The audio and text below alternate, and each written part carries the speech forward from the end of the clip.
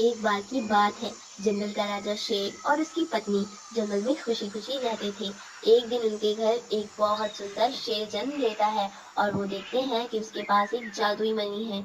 वो दोनों उसे छिपा कर रखते थे, उसे कहीं जाने भी नहीं देते थे। एक दिन शेर शिकार के लिए जंगल में सैर कर रहा था। तभी अचानक वहाँ एक दरवाजा प्रकट होता है। उसके अंदर से दो बाघ निकलते हैं और राजा शेर को घेर लेते हैं। शेर कहता है, अरे अरे, कौन हो तुम दोनों और इस जंगल में क्या कर रहे हो? हम दूसरी दुनिया से आए हैं। हमें हमारे महाराज ने यहाँ भेजा है। उन्हें पता चला है कि इस जंगल में एक मनी वाले शेर ने जन्म लिया है। हमारे महाराज को वो शेर किसी भी हाल में चाहिए। हम उसी को लेने यहाँ आए हैं। अच्छा, ऐसी बात है। देखो, मैंने तो आज तक इस जंगल में ऐसा कुछ नहीं देखा। तुम चाहो तो ढूंढ सकते हो। चलो यहाँ से चलते हैं। राजा शेर जल्दी से अपनी गुफा पर जाता है और अपनी पत्नी से कहता है, सुनो, सिम्बा को जल्दी से गुफा में छुपा दो। शेर की पत्नी सिम्बा को लेकर गुफा में छिप जाते हैं। शेर अपनी गुफा के आसपास घूमता रहता है। तभी वहां एक गाय आती है और कहती है, महाराज, जंगल में दो शक्तिशाली बाघ घूम रहे हैं। वो सिम्बा को ढूंढ रहे हैं। शेर कहता है, हाँ हाँ भाई, मुझे पता है, मुझको भी मिले हैं ये दोनों बाघ। तभी वो दोनों बाघ गुफा पर आ जाते हैं और बाघ कहता है, क्या बात चल रही है यहाँ पर? अरे कुछ नहीं, आप बताओ आपके काम का क्या हुआ? आज तो वो हमें नहीं मिला, लेकिन हम फिर से दोबारा आएंगे। ये कहकर वो दोनों बाघ वहां से चले जाते हैं और गाय बोलती है, महाराज, अब क्या होगा अगर वो दोनों दोबारा यहाँ आए तो वो सिम्बा को ले जाएंगे। कुछ तो सोचना होगा महाराज। एक काम करो भाई, तुम सिम्बा को लेकर दूसरे जंगल में चले जाओ। यही एक रास्ता है उन दोनों बाघों से बचने का।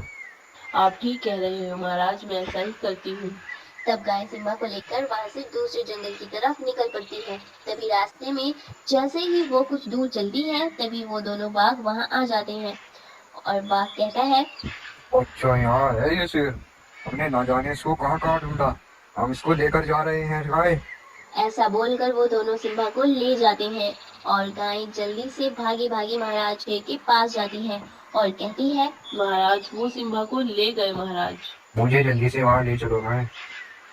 गाय शेर को लेकर वहां पहुंच जाती है। यही गए हैं वो दोनों सिम्बा को लेकर। शेर गुस्से से उस दरवाजे की तरफ जाते हैं और उसके अंदर चला जाता है। शेर देखता है वो दोनों सिम्बा को ले जा रहे हैं। तभी शेर कहता है, रुको, तुम दोनों कहाँ ले जा रहे हो मेरे बेटे को? उसे छोड़ दो। तुम्हारी इतनी हिम्मत, तुम हमें डरा रहे हो। तभी वो दोनों बाघ शेर पर हमला कर देते हैं, पर वो शेर को मार नहीं पाते। तभी पीछे से सिम्बा उन दोनों पर अपनी मणि की शक्तियों से हमला कर देता है और उन दोनों को मार गिराता है। फिर वो दोनों वहां से अपनी दुनिया में चले जाते हैं और वो दरवाजा वहां से गायब हो जाता है। फिर वो दोनों अपनी गुफा पर पहुंच जाते हैं। सिम्बा की माँ उसे देखकर बहुत खुश होती है और वो फिर से जंगल में खुशी खुशी। बहुत खूबसूरत है, यहाँ के जानवर भी बहुत स्वादिष्ट होंगे। तब बाघ मानव की नजर पास में खड़े एक हिरन पर पड़ जाती है। अरे वाह, इतना मोटा ताजा हिरन, इसको खाकर तो मजा ही आ जाएगा। तभी बाघ मानव हिरन की तरफ बढ़ता है और उस पर हमला करके उसे जान से मार देता है और उसका शिकार कर लेता है और फिर से जंगल की ओर निकल पड़ता है। अरे वाह, आज तो मजा ही आ गया। अब चलकर कहीं पर आराम करता हूँ। बाघ मानव कुछ दूर चलकर एक पेड़ के नीचे जाकर आराम करने लगता है।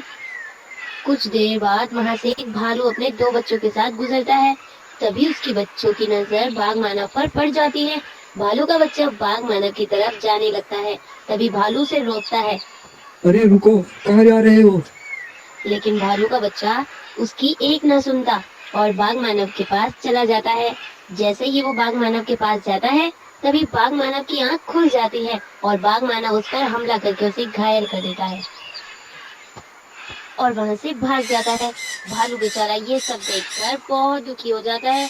फिर वो जल्दी से अपने बेटे को लेकर महाराज शेर के पास जाता है।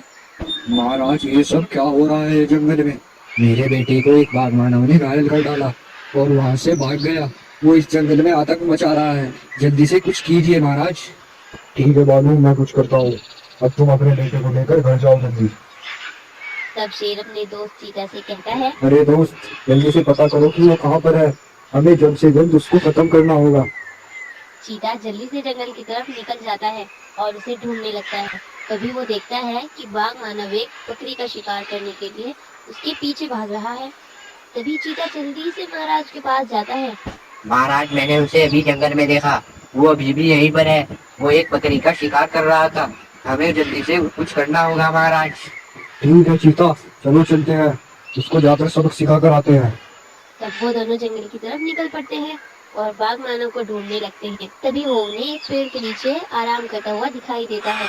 अच्छा, तो ये है वो दुष्ट बाघ मानव, मैं इसको अभी खत्म करता हूँ। शेर उसके पास जाकर बिना कुछ सोचे समझे उस पर हमला कर देता है। तभी बाघ मानव भी जाग जाता है और वो वहां से भागने लगता है। तभी चीता उसके आगे आ जाता है और वो दोनों उसे घेर लेते हैं। तभी पीछे से शेर उस पर जोरदार हमला कर देता है और उसे मार गिराता है और ऐसे शेर और उसका दोस्त चीता जंगल को बचा लेते हैं। जंगल के महाराजा को मार डाला एक कालिया शेर ने, और फिर राजा के बेटे को मारने आया एक चीता। आखिर ये चीता कौन था और वो इन दोनों को मारना क्यों चाहता था, और ये कालिया शेर महाराज को मार पाएगा या नहीं, चलिए देखते हैं। ये है सफेद शेर का परिवार। सफेद शेर का परिवार एक बहुत सुंदर जंगल में रहता था और सफेद शेर की पत्नी भी उसके साथ रहती थी।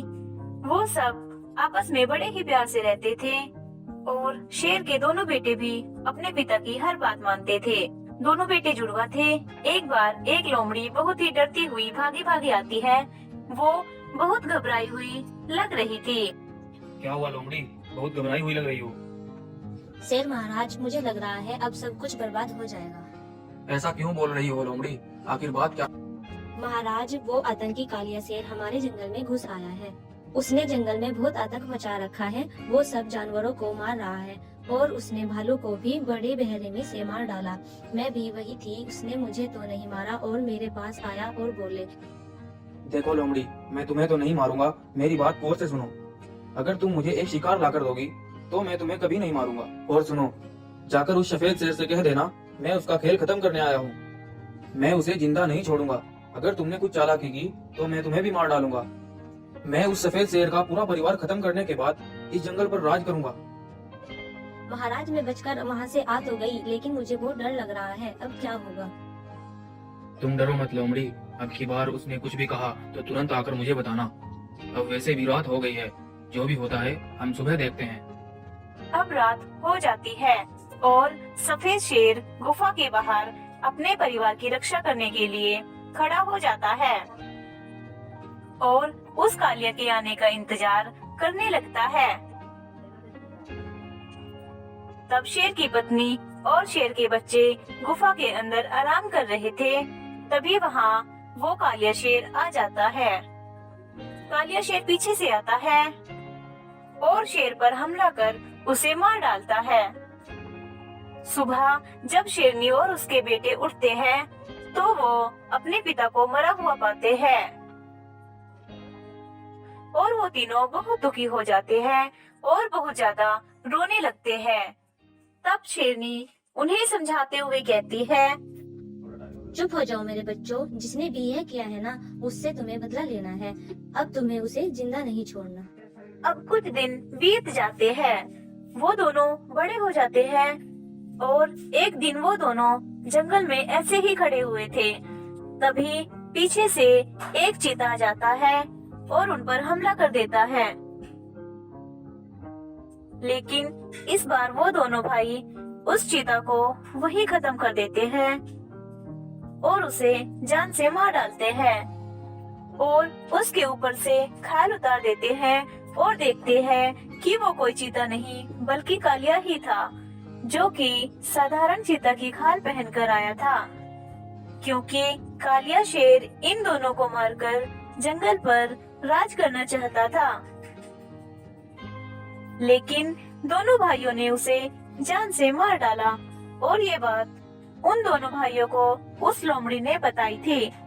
उस कालिया शेर ने हमारे राजा को मारकर अच्छा नहीं किया और वो अब तुम्हें भी मारना चाहता है। उसने मुझे कहा है कि वो चीते की खाल पहनकर आएगा और उन दोनों भाइयों को मार दूंगा। लोमड़ी ने उन दोनों भाइयों को सब कुछ बता दिया था और इस तरह से उन दोनों बहादुर भाइयों ने अपने पिता की मौत का बदला भी